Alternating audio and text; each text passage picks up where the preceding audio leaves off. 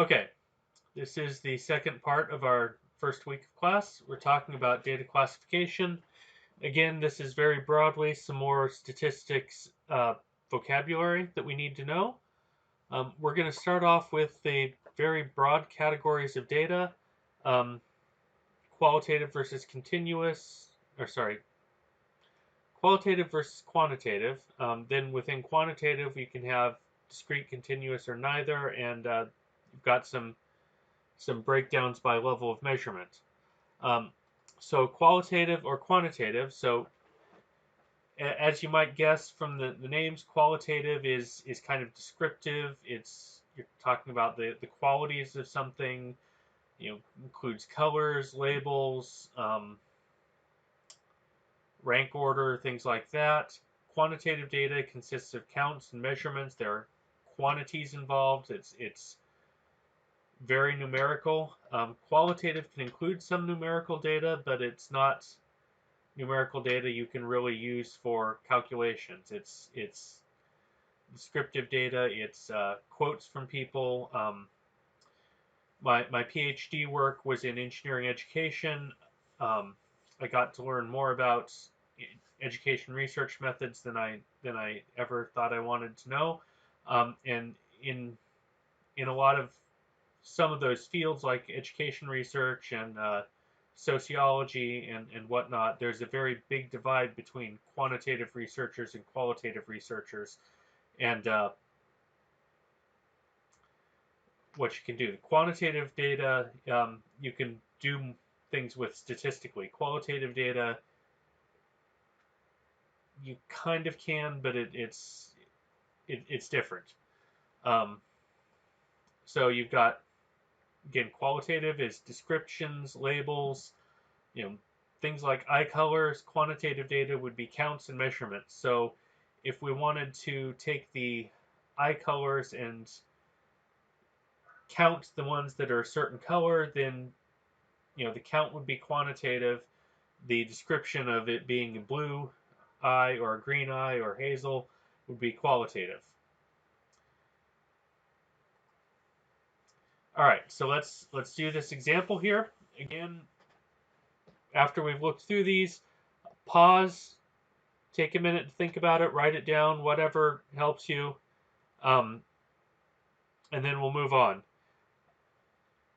What I've found over the years of far too many math-based courses is that the only way I've ever been able to study for a very strongly math-based course was to keep up on the homework and do the homework and ask questions about what I didn't understand so that I could fix that. By the time the test rolled around, I understood how to do it and could do well on the test. It's not something you can cram for at the last minute. You've got to keep up on the work and keep up on the topics that you're not understanding so well, so that you can do you've built the skills to do the tasks you need to on the exam. Okay, we want to classify all four of these as either qualitative or quantitative. So we've got, first off, shades of red in a home improvement store. Qualitative or quantitative? Um, rankings of the most popular paint colors for the season. Qualitative or quantitative? Uh, amount of red primary dye necessary to make 1 gallon of each shade of red paint. Qualitative or quantitative? Uh, number of paint choices available at several stores. Again, qualitative or quantitative? Okay. All right. So shades of paint are descriptions and cannot be measured, so these are qualitative data. If we wanted to, you could measure the wavelength of light reflected off something and get a measurement, and that would be quantitative instead. Intensity of light at certain wavelengths or something like that. You could possibly do this quantitatively, but in general, describing it as a dark red or a light red or burnt umber, which I think is more of a brown, or brick red. My box of crayons was small as a child, so I don't have a lot of red names off the top of my head. Those descriptions are qualitative. So rankings. So this was, again, the rankings of the most popular paint colors for the season. So say red was most popular, seafoam green was second. They're rankings, but they're not measurements, they're not counts. So these are qualitative. There are things you can add to that to get quantitative data. Whatever percentage of people preferred this, or if you ranked them and said X was sold, but that's 300 gallons of red was sold, 400 gallons of blue was sold, and included that number counts of what was sold would be quantitative, but the rank order would still be qualitative. The amounts of dye needed are measured and therefore are quantitative data. So if you need 20 milliliters of orange number 6 and 10 milliliters of yellow number whatever, and those amounts of dye are quantitative data. Number of paint choices must be counted, so they're quantitative data as well. If there are 10 choices at one store and 8 choices at another store, and you don't want to go to either stores because that's not very many paint choices. But those are counts. They're actual data. They're quantitative. Okay, so we've got continuous and discrete data. So continuous data is usually measurement. There's no discrete breaks in it. So we'll get to some examples in a bit, but it's something like with a ruler, which I think, do I have one here in the drawer? Nope. Close. I've got a cheesy little plastic micrometer here. I can make a measurement, and there's an infinite number of measurements this could be. There's kind of a continuous scale here in the middle. If I were counting apples in my fridge and in my neighbor's fridge, that'd be discrete. I could only have, hopefully, only integer values. I suppose you could find half an apple, or apple pieces if they bought them pre-sliced, just to confuse things. But it can only take particular values. You can only have integer numbers of paint colors at a store. There's not an infinite variety. I can't have half a paint color, right? So we've got qualitative, we've got quantitative. Quantitative can be broken down into discrete, which is usually counts of things, and continuous, which is usually measurements. All right, so let's do this example here. Again, pause it, take a minute and think about it. Do whatever you need to so you can remember your answer, so when we go back and discuss it in a minute, you can think through your thinking. So temperatures in Fahrenheit of cities in South Carolina. Is it going to be continuous or discrete? The numbers of houses in various neighborhoods in a city. Again, continuous or discrete. The numbers of elliptical machines in every YMCA in your state. Is it continuous or discrete? Heights of doors. Continuous or discrete? Okay. So temperatures can be measured to any level of precision based on the thermometer used. So these are continuous data. So, temperature can vary from 70 to 70.1 to 70.09 to 70.0987, whatever, however many decimal places we can get for accuracy. So it's a continuum. There are only X number of houses in a neighborhood. I can't really have half a house if I'm counting houses, one under construction is still going to count.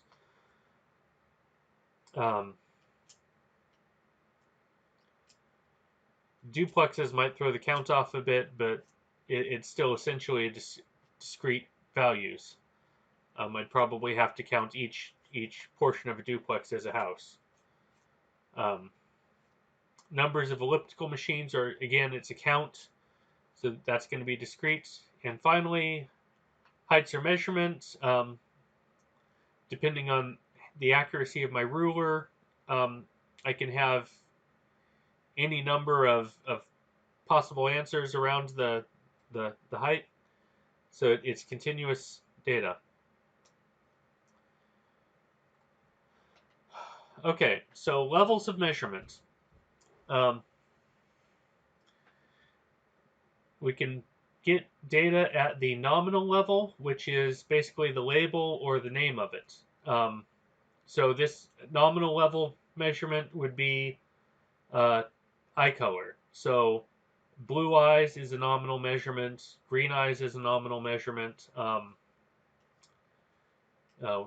Same with hair color. Anything descriptive like that. It's not nominal measurements. They're qualitative data. So let's look at some examples. So let's say we asked all of you what pizza topping was your favorite. Why is this a nominal measurement? Now, if we instead asked how many of you had sausage as your favorite topping, why is this not nominal? Take a minute, get your reasoning down, and let's move on. So I'm asking you simply to describe the or label the different toppings of pizza that's your favorite. It's just a description. It's qualitative. It's going to be nominal. In the second scenario, I'm asking for a count. How many of you prefer sausage? So it becomes quantitative, and it's not a label anymore, so it's not nominal anymore. All right, so the next level of measurement is the ordinal level. It's qualitative data that can be arranged in a meaningful order, but you can't do calculations on it that make sense. So like we talked about with rank order for paints earlier, if I know what paint is the most popular and the second most popular and the third most popular, I can't do calculations to compare that popularity based on those. I just got that ranking. All right, so nominal or ordinal. So seat numbers on your concert tickets. So if I'm in A23 and my daughter's in A24 and my wife's in A25 and my other daughter's in A26 and my third daughter's in A22, that we've got seat numbers. They're numerical. Is that nominal or ordinal? The genres of music performed at the Grammys one year, is that nominal or ordinal? All right, so seat numbers would be ordinal because there is a meaningful order to the data. You know, A22 comes before A23, comes before A24. You know, based on their position in the theater, even having A22 and B22, you know, usually that first one gives you the row information, so it's still meaningful order information, but it's not something where I can't take an average of the A seat row, right? That would have no meaning. There's no standard order for the second one. There's no standard order for genres in music. There's nothing more than descriptive labels, so it's nominal. All right, let's look at the next level. The interval level. So now we've switched from qualitative data to quantitative data, and it can be arranged in meaningful order, and the differences between data entries are meaningful. So let's look at an example. Say I collected the everybody's birth date. What's in this class? What's the level of measurement? Um, since we're here in the shoot, I forgot the label. No, interval level. Okay, right. Birth years can be ordered. You know, I know my birth date's before your birth date, after your birth date, whatever. Um, you can subtract them to find the difference in age. You can take an average to see what the average age in the classroom. You can do calculations with it. Um, thing is, the 0 points on this does not mean the beginning of time. It's a placeholder essentially. Um, it's somewhat 0 is somewhat arbitrary in this. So you know, another example might be temperatures in Celsius or Fahrenheit. 0,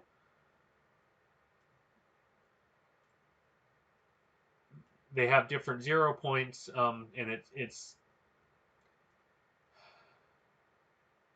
somewhat arbitrary. You know, 0 Celsius is the freezing points of water, but you can go below that. 0 Fahrenheit is one of these years. I'm going to have to actually verify this, but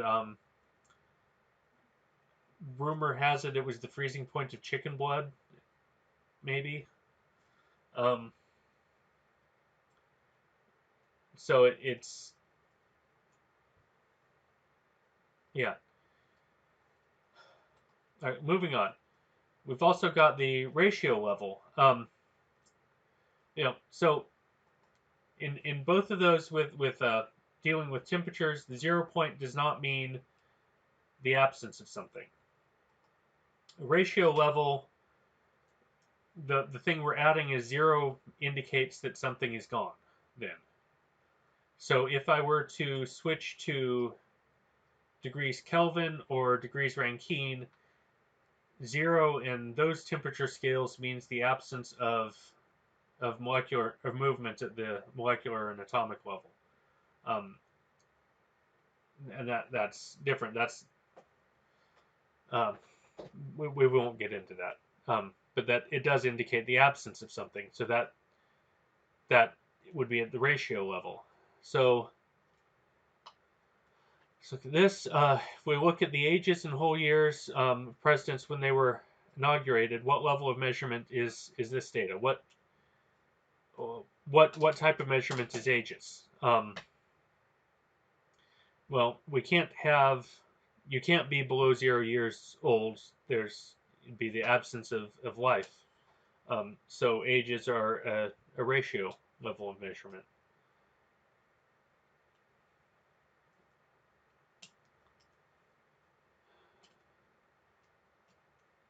Okay. So here's our nice chart to kind of summarize all this. We've got two broad categories, qualitative and quantitative. Nominal is basically what is something named, what is it labeled, what is a descriptor of it. Ordinal is what order is something in. Um, interval, we're adding, it's numerical now. 0 is kind of an arbitrary placeholder somewhere in there.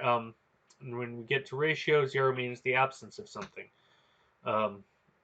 Grades would probably be, grades would be a ratio level measurement. A 0 grade means the absence of any meaningful performance on your exam or homework or whatever. All right, let's look at an example. We need to classify these 4 examples as qualitative, quantitative, discrete, continuous, neither, and give the level of measurement. So let's look at, we've got finishing times for runners in a Labor Day 10K race. Would this be qualitative, quantitative, discrete, continuous, and at what level?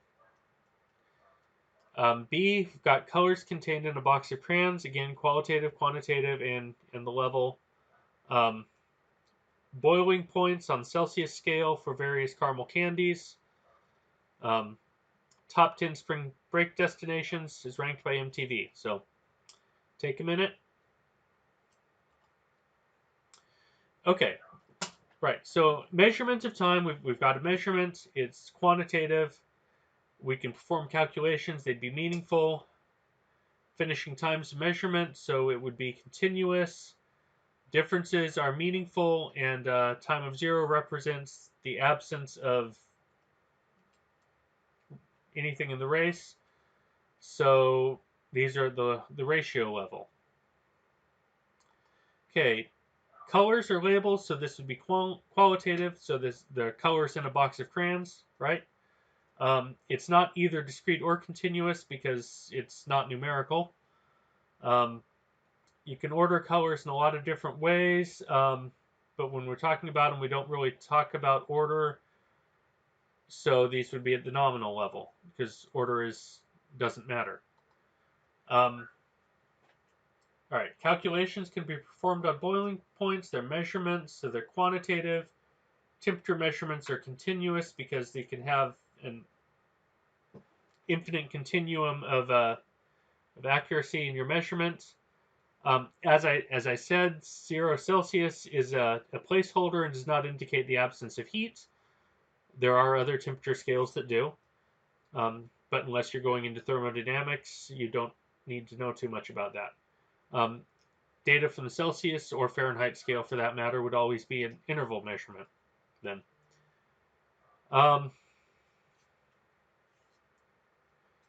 What are we? What was this one? Top 10 spring break destinations is ranked by MTV. Okay, so this is ranking. So there's an order to it.